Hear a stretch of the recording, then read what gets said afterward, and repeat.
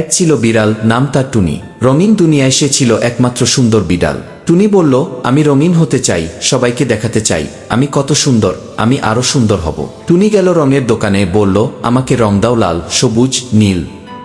দোকানদার বলল, তুমি কি জানো, রঙিন হতে হলে তোমার মনও হতে হবে ভালো ও সুন্দর। টুনি ভাবল, হ্যাঁ, আমি ভালো হব, সবাইকে সাহায্য করব, মন থেকে ও সুন্দর হব। বন্ধুরা, যদি তোমরা চাও টুনি আরও রঙিন হোক, মন ও সুন্দর হোক, তাহলে সাবস্ক্রাইব বাটন চাপো। নিচের দিকে লাল বোতামটা দেখছো? ঠিক সেটাই। আর যদি ভিডিওটা মজা লাগে তাহলে লাইক দাও, না হলে টুনি একটু রেগে যাবে আর রঙিন হতে চাইবে না। টুনি সবাইকে তার খাবার দিয়ে সাহায্য করলো, ভাগাভাগি করে খেলো, কারো সাথে খারাপ ব্যবহার করল না, ঝগড়াঝাটি করে না।